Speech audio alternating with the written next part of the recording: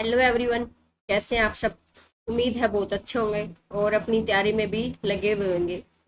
देखो, आज हम डिस्कस कर रहे हैं एक टॉपिक जो करंट में बना हुआ है, तो हम उससे रिलेटेड ये देखेंगे कि आपके लिए उस टॉपिक में या आपके लिए उस करंट इवेंट में क्या इंपॉर्टेंट है आपके किसी भी एग्जाम के लिए। देखिए, पहला तो कि लद्दाख में जो भी प्रोटेस्ट हो रहा है वो सिक्स्थ अनुसूची, जो आपकी छठी अनुसूची है, उसमें शामिल होने की मांग क्यों है, क्या है उस छठी अनुसूची में, विरोध का कारण क्या है।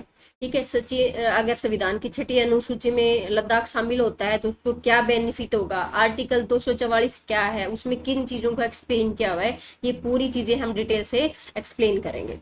देखिए, जो आपका संविधान है, संविधान का जो भाग 10वां है, कौन सा भाग? 10वां भाग। उसमें किसकी बात की गई है? आर्टिकल 244 की, अनुच्छेद 244 की। और अनुच्छेद 244 में दो चीजें एक्सप्लेन है, एक तो एससी अनुसूचित क्षेत्र और एक है जनजातीय क्षेत्र प्लस एसटी एरियाज। इनका जो रेगुलेशन है, रूल एंड रेगुलेशन की, इनका प्रशासन कैसे होगा, इनके रूल्स एंड रेगुलेशंस, वो सब चीजें किस में है? आपके आर्टिकल 244 में उनकी पूरी विशेष व्यवस्था की गई है। किसमें? 244 में। अब 244 से रिलेटेड है पांचवी और छठी अनुसूची। आर्टिकल जो आपका 244 का पार्ट 1 है, उसमें पांचवी अनुसूची को डिफाइन किया गया है, और अनुच्छेद 244 का जो पार्ट 2 है उसमें आपकी छठी अनुसूची को डिफाइन किया गया है। अब देखिए, जो पांचवी अनुसूची है उन उसमें लिखा हुआ है कि एससी प्लस एसटी जो जनजातियां हैं या जो अनुसूचित क्षेत्र जनजातियों का है, उसका प्रशासन और नियंत्रण का जो पूरा व्यवस्था है वो किसमें की गई है? पांचवी अनुसूची में। किसको छोड़ किन की बात की गई कि भाई ये एससी एसटी कौन से एरिया हैं जिनका प्रशासन इसमें पांचवी अनुसूची में डिफाइन किया गया है? वो है, अगर आप किसको छोड़ दो, असम को, मेघालय को, त्रिपुरा को और मिजोरम को। इनको क्यों छोड़ दें? क्योंकि ये किसमें है? छठी अनुसूची में। अब चलते हैं छठी अनुसूची 244 भाग 2। 244 का जो पार्ट सेकंड है उसमें कौन सी अनुसूची डिफाइन की गई है? Sixth schedule. ठीक है, देखो, जो आपका भारतीय संविधान है, भारतीय संविधान, भारतीय संविधान का जो मूल रूप था उसमें थी आपकी 8 अनुसूचियां, और एट प्रेजेंट आपकी हो चुकी हैं 12 अनुसूचियां। 12 शेड्यूल आपकी किसमें है? संविधान में है आपकी। ठीक है, और उसमें से जो छठी अनुसूची है उसमें आपके 4 उत्तर पूर्वी राज्य, नॉर्थन ईस्ट, जो नॉर्थ ईस्ट जो स्टेट है उनके बारे में, उनका कैसे प्रशासन होगा, वो सारी डिटेल किसमें है? आपकी छठी अनुसूची में। इसको याद रखने की ट्रिक है आपकी एटीएम में। एटीएम में A for Assam, A for Assam, T for Tripura, M for Meghalaya, और मी मतलब मिजोरम। यहाँ से क्वेश्चन आता है PYQ, अगर आप उठा के देखोगे किसी भी एग्जाम का, तो क्वेश्चन कैसे पूछ लेगा कि निम्न में से कौन सा एक राज्य छठी अनुसूची में शामिल है या शामिल नहीं है। ठीक है, ये क्वेश्चन पूछ लेगा, तो ये 4 ऑप्शन दे देगा, 4 में से एक अगर ये पूछ लेगा कि इनमें से कौन सा शामिल नहीं है, तो मतलब 3 ये दे देगा, एक और दे देगा, तो आपको ध्यान रखना है। तो ट्रिक क्या होगी? एटीएम में असम, त्रिपुरा, मेघालय, मिजोरम, ये 4 राज्यों में जो भी ST SC है उनका प्रशासन ऑटोनोमस बॉडीज के द्वारा किया जाता है, कि वो अपने खुद के रूल रेगुलेशन बना सकते हैं। बाकी जो सरकार के द्वारा जो रूल रेगुलेशन है वो ऑटोनोमस बॉडी के ऊपर डिपेंड है कि वो कौन से मानेंगे। कुछ ऐसी चीजें हैं जो भाई राज्यपाल के द्वारा उनको दी जाएंगी तो उनको माननी पड़ेगी, कुछ ऐसी हैं कि वो उनका खुद का शासन शासन चलता है। ठीक है, अब देखिए छठी अनुसूची में क्या है, मैंने बता दिया है कि जो भी आदिवासी क्षेत्र हैं जिनको हम क्या बोलते हैं? ST बोलते हैं, कि स्वायत्त जिला परिषद, ऑटोनोमस डिस्ट्रिक्ट काउंसिल, ऑटोनोमस मैं लिख देती हूँ, ऑटोनोमस डिस्ट्रिक्ट काउंसिल, ये एक टाइप की परिषद काम करती है जो वहां का पूरा शासन इसके अंडर में होता है। ठीक है, वर्तमान में ये बता दिया, एटीएम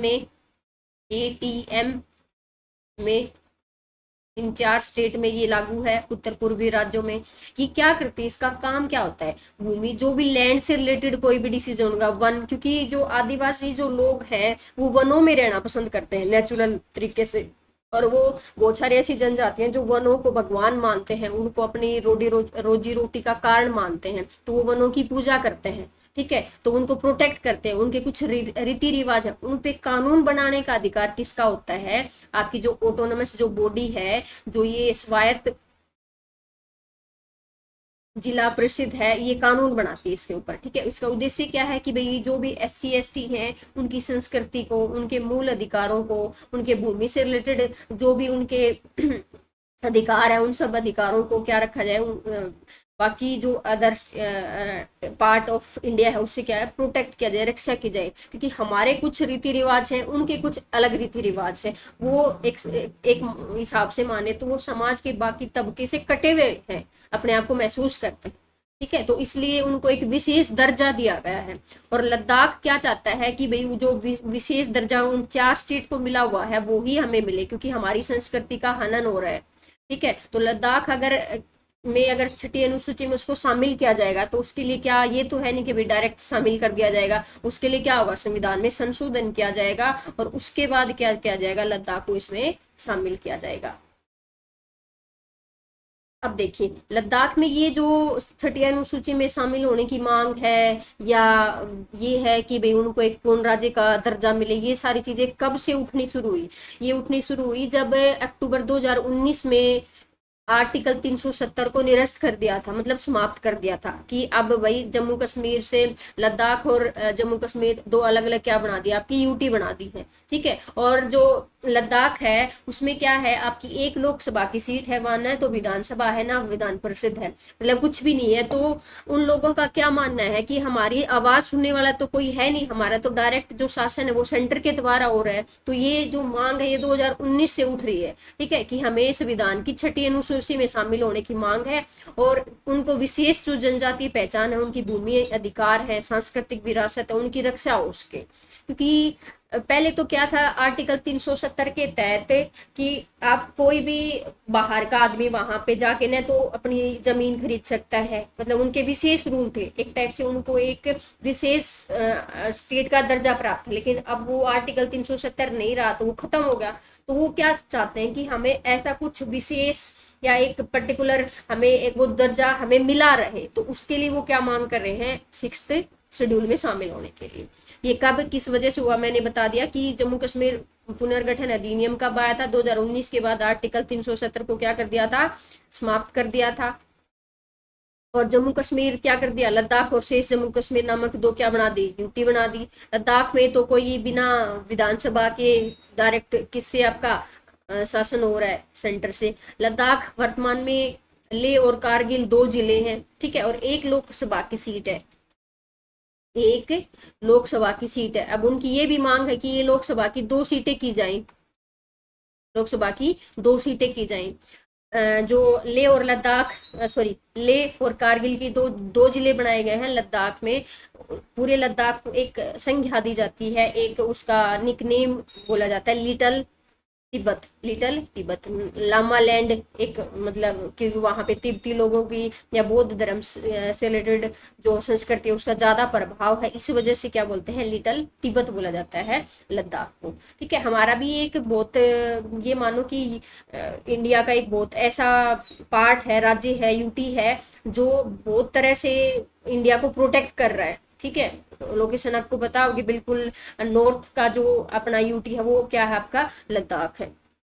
देखिए जो भी मांगे उठ रही हैं, जो भी मांगे लद्दाख में उठ रही है, उनको लीड करने का या उन मांगों को सरकार के सामने रखने का 2019 से जो काम कर रहे हैं, 2019 से कई बार ये आमरण अनशन पे भी बैठे हैं, भूख हड़ताल पे बैठे हैं, 2019 में भी, 21 में भी, 22 में भी कई बार, ठीक है। तो ये जो है ये इनका नाम है सोनम वांगचुक, और ये एक बहुत प्रसिद्ध मतलब ये मानो कि समाज और शिक्षा सुधारक इंसान है, जो क्या चाहते हैं कि जो लद्दाख में जो भी चीजें अस्त व्यस्त हैं, भाई वहां पे शिक्षा ज्यादा बढ़े, लोग सामाजिक कार्यों में ज्यादा जुड़े, ठीक है, उस चीज को ये आगे बढ़ाना चाहते हैं, और उसके लिए ये क्या कर रहे हैं, तब से प्रोटेस्ट कर रहे हैं, मतलब विरोध प्रदर्शन इनका जारी है 2019 से ही।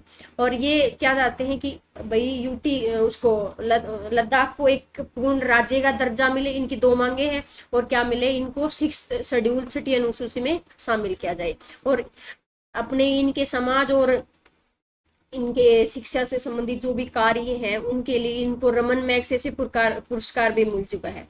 रमन मैग्सेसे रमन मैग्सेसे पुरस्कार इनको मिला था 2018 में। तो ये भी अगर ये न्यूज में है तो डायरेक्ट क्वेश्चन बन गया कि सोनम वांगचुक को रमन मैग्सेसे पुरस्कार किस ईयर में मिला, या ये पूछ सकता है कि सोनम वांगचुक को रमन मैग्स कौन सा पुरस्कार दिया जा चुका है, ठीक है, शिक्षा में उनके योगदान के लिए 2018 में रमन मैग्सेसे पुरस्कार।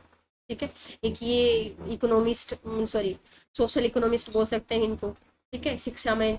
अब देखिए लद्दाख की मेन अब जो भी प्रोटेस्ट हो रहा है, जो भी स्टूडेंट्स के द्वारा या जो युवाओं के द्वारा प्रोटेस्ट हो रहा है, जो विरोध प्रदर्शन है, उस विरोध प्रदर्शन में 4 मांगे सरकार के सामने रखी गई है।